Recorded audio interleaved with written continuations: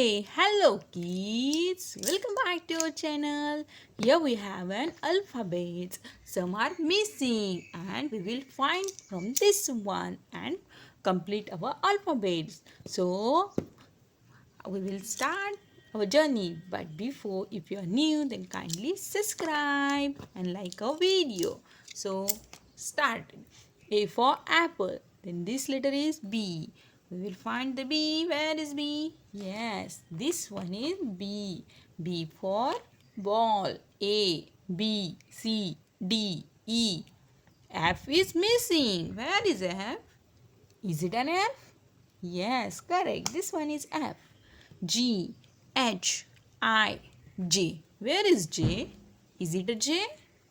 Is it? Yes, correct. This one is J. J is for joker. K, L, M. Next one is N. Is it an N? Correct. This one is N. O, P, Q, R. This one is S. Is it an S? Yes, correct. This one is S. T, U, V, W. Where is W? This one is W. Yes, this is an W. X, Y, and Z. Thank you so much, kids. Bye bye. Don't forget to like and subscribe. Hey, hello, kid. If you are new, kindly subscribe. Today we will learn alphabet.